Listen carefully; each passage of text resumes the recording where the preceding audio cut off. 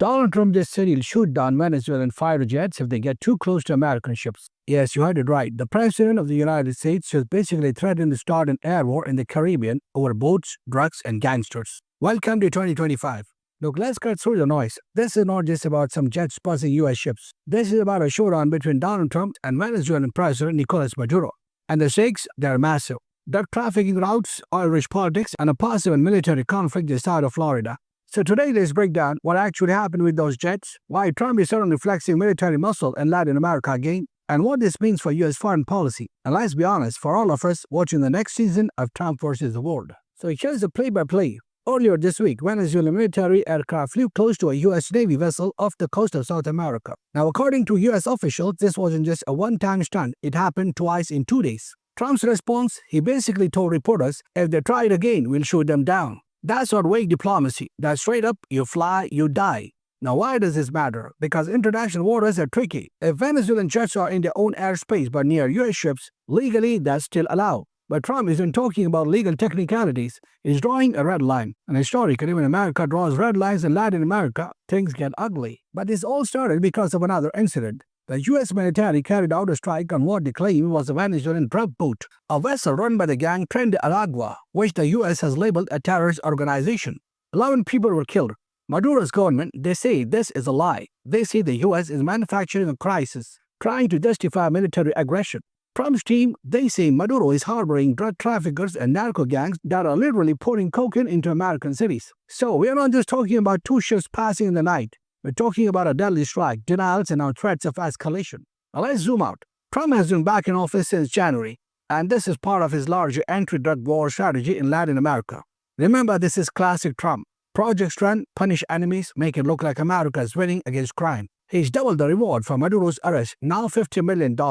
He's deploying 10 F-35 fighter jets to Puerto Rico. He's sending thousands of Marines and sailors to the Caribbean. This isn't some symbolic move. This is a full-on military buildup within striking distance of Venezuela. Now, let's be honest. Trump loves optics. He loves saying, look at me, I'm tough on drugs. I'm tough on bad guys. And sure, it makes for good headlines. But history tells us every time the U.S. has used military force in Latin America under the banner of stopping drugs, it has not gone well. Flashback 1980s, Ronald Reagan launches his war on drugs. Billions of dollars later, drugs are still everywhere. Flashback again 1989, the U.S. invades Panama to capture Manuel Noriega, a dictator and drug trafficker. Did that fix the cocaine problem? No.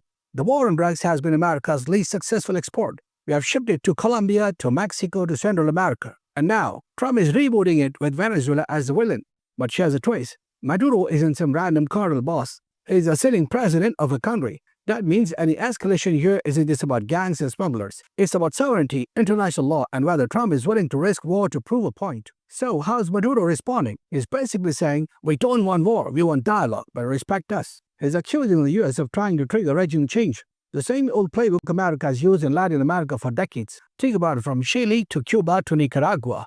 Whenever the U.S. didn't like a government, they backed coups, armed rebels, or slapped on sanctions. Maduro is framing himself as the latest target in their long history. And here's the kicker. He just won a contested third term in January. The U.S. says it was a very strange election. Translation, we don't think it's legit. So Trump calling him a narco-trafficker isn't just about drugs. It's about delegitimizing his government. Now let's talk about the wild card here, Tren de Aragua. This is not just a local Venezuelan gang. This is a transnational criminal organization with tentacles stretching across Latin America. They traffic drugs, they traffic people, they run extortion rackets. And yes, some of the leaders are allegedly hiding in Venezuela. The U.S. has officially labeled them a terrorist group. So, if you're Trump, this is perfect. You get to say you're fighting narco-terrorists, punishing Maduro, and protecting American cities all at once. It's a PR triple play. But here's the uncomfortable truth. Bombing boats and threatening jets doesn't actually dismantle the criminal empire. It just raises the risk of a shooting war with another country. Okay, so why should we care? Because this is not some faraway drama. This is happening in America's backyard. The Caribbean is literally a 2-hour flight from Miami. If a U.S. ship shoots down a Venezuelan jet, that's not just a headline. That's potentially the spark for a wider conflict. And once you put troops, jets, and warships in place, accidents happen, miscalculations happen. We have seen this movie before. Iraq, Afghanistan, Syria. America starts with a limited mission, stop drugs, stop terrorism, and suddenly is stuck in a years-long conflict. Do we really want the War on Drugs Caribbean edition? Here's the irony. Trump says we don't want drugs killing our people. Fair point. The U.S. has a real addiction crisis, but the majority of those drugs aren't coming from Venezuela.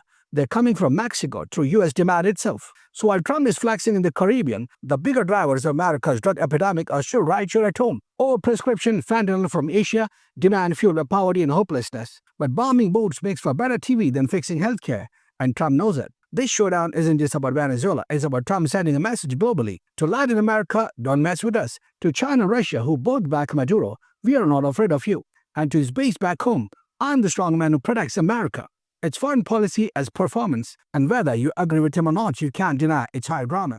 So where does this leave us? We've got US warships, Venezuelan jets, drug cartels, and president who loves to say, "You're in trouble." That's a dangerous mix. If history tells us anything, it's this. The war on drugs doesn't end drugs, but it does create chaos. And right now the question is, are we about to watch chaos unfold in the Caribbean? Because if Trump's red line holds, the next time a Venezuelan jet flies too close, we could be one mistake away from a full-blown conflict. And here's the real kicker. America might end up fighting a war, not against drugs, not against gangs, but against another country in our own hemisphere. So the next time you hear about drug boats and narco-terrorists, ask yourself, is this really about drugs, or is this about power, politics, and a president who knows that the quickest way to look strong is to threaten war? Because in 2025, that's the reality. One wrong move, and the Caribbean becomes the next flashpoint in America's forever war machine. So that's it. Thank you for watching. If you like this video, hit the like button, share with your friends, and please subscribe to the channel for more such videos.